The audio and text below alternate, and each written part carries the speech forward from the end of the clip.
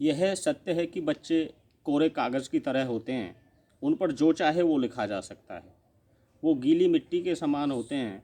उन्हें जैसा चाहे वैसा बनाया जा सकता है।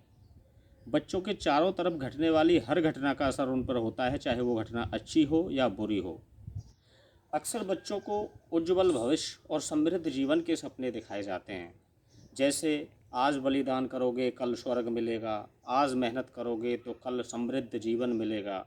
और इसी खोज के बोझ के तले बच्चे दबते चले जाते हैं।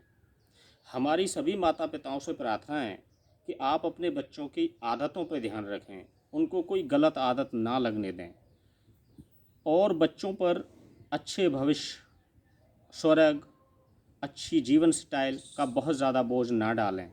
क्योंकि किसी कारण से अगर बच्चे को अच्छा भविष्य नहीं मिलता है तो वह इसी बोझ के तले दब जाता है और मन से टूट जाता है।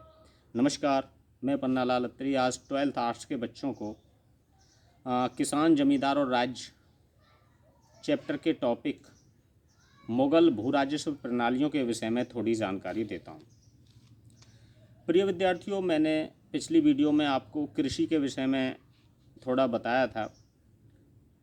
आज मैं भू राजस्व प्रणाली के विषय में आपको थोड़ा बताता हूँ।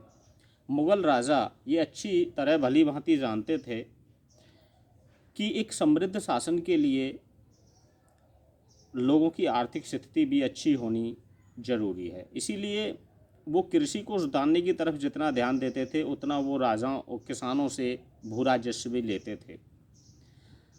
वैसे बाबर जो मुग़ल साम्राज्य का संस्थापक था और उसके बेटा हुमायूं ने कृषि व्यवस्था को सुधारने की तरफ कोई ध्यान नहीं दिया, तो उन्होंने भू राजस्व प्रणाली की तरफ भी कोई ध्यान नहीं दिया। लेकिन हुमायूं के बेटे अकबर ने भू राजस्व प्रणाली की तरफ बहुत ज़्यादा ध्यान दिया और उसने भू राजस्व उगाने के लिए कुछ प्रणालियाँ चलाईं, कुछ सिस्टम यहाँ चलाया। उसके विषय में मुग़लों की भू राजस्व प्रणालियों को मुख्यतः 4 भागों में बांटा जाता है: जब्ती प्रणाली, कनकूत प्रणाली, बटाई प्रणाली और नस्क प्रणाली। अगर हम इनका एक एक करके अध्ययन करें तो सबसे पहले आता है जब्ती प्रणाली। जब्ती प्रणाली ने को मुग़ल सम्राट अकबर ने अपने दीवान ए आला टोडरमल की सहायता से 1581 में शुरू किया था। इस व्यवस्था को जब्ती प्रणाली के साथ साथ टोडरमल बंदोबस्त भी कहा जाता है, क्योंकि यह टोडरमल की सहायता से इस प्रणाली को शुरू किया गया था। प्रिय विद्यार्थियों, इस प्रणाली में सबसे पहले मुग़ल सम्राट अकबर ने भूमि की पैमाइश करवाई और उसने भूमि की पैमाइश करने के लिए सिकंदरी गज़ का प्रयोग किया। यह जो गज़ होता था यह रस्सी का बना होता था, इससे भूमि की पैमाइश कराई जाती थी। लेकिन उस समय इसमें थोड़ी कमी भी थी, क्योंकि जब भूमि की पैमाइश करने वाले जो अधिकारी थे वो थोड़ी हेरा फेरी करते थे। भूमि के जिस टुकड़े को छोटा करना होता था तो वो रस्सी के इस गज़ को भिगोकर उसकी पैमाइश करते थे, और अगर जिसको बड़ा करना होता था तो उसको सुखा के, क्योंकि भीगने के बाद ये जो गज़ था वह सिकुड़ जाता था, छोटा हो जाता था। फिर भी उसने भूमि की पैमाइश करवाई और भूमि की पैमाइश कराने के पश्चात उसने भूमि को 4 भागों में बांट दिया जब्ती प्रणाली के अंतर्गत: पोलज, परौती, चचर और बंजर। पोलज सबसे उन्नत किस्म की भूमि होती थी और उस पर लगभग हर वर्ष खेती होती थी। परौती एक ऐसी भूमि होती थी जिसको 1 वर्ष खाली छोड़ा जाता था और 1 वर्ष उस पर खेती होती थी। चचर एक ऐसी भूमि थी जिसको 3 या 4 वर्ष के लिए खाली छोड़ा जाता था, और बंजर ऐसी भूमि थी जिसको कई वर्षों के लिए खाली छोड़ा जाता था और 7, 8, 10 वर्षों के पश्चात उस पर कृषि की जाती थी। वह भी कृषि उपज बहुत कम होती थी। यानी कि अकबर ने टोडरमल बंदोबस्त के द्वारा भूमि को 4 भागों में बांट दिया था, जो मैंने अभी आपको नाम बताया: पोलज, परौती, चचर और बंजर।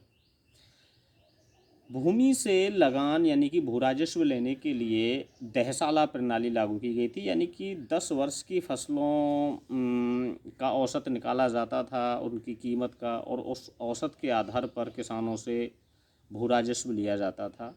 वैसे आमतौर पर किसानों से कृषि उपज का 1/3 भाग जब्ती प्रणाली के द्वारा भू राजस्व के रूप में लिया जाता था। तो यहाँ इससे क्वेश्चन बनेंगे कि भाई जब्ती प्रणाली को किसने शुरू किया। अकबर ने शुरू किया टोडरमल की सहायता से, और इसलिए इसे टोडरमल बंदोबस्त भी कहा जाता है। जब्ती प्रणाली में भूमि की पैमाइश के लिए किस गज का प्रयोग किया गया? सिकंदरी गज का प्रयोग किया गया। इस प्रणाली के द्वारा भूमि को कितने भागों में बांटा गया? 4 भागों में बांटा गया। और कृषि उपज का कितना भाग भू राजस्व के रूप में लिया जाता था? 1/3 भाग। जो दूसरी प्रणाली थी वह थी कनकूत प्रणाली। कनकूत प्रणाली के अंतर्गत फसल को पकने के पश्चात खेत में ही उसका मुआयना कर लिया जाता था, और जिस किसान की फसल अच्छी होती थी उससे अधिक भू राजस्व लिया जाता था, और जिस किसान की फसल अच्छी नहीं होती थी उससे कम भू राजस्व लिया जाता था। यानी कि कनकूत प्रणाली वैसे एक महंगी प्रणाली थी और खेत में ही फसल का मुआयना करा लिया जाता था।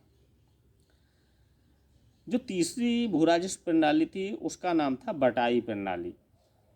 बटाई प्रणाली के द्वारा जब किसान खेत से अपनी फसल को काट के उसको साफ करके उसके दाने निकाल लेता था तो उसके बाद भू राजस्व लिया जाता था। बटाई प्रणाली के द्वारा किसान की उपज को 3 भागों में बांटा जाता था।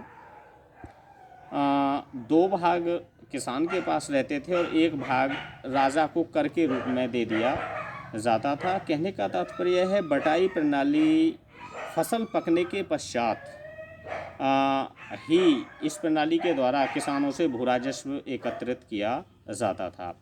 वैसे इस प्रणाली में किसानों का शोषण होता था।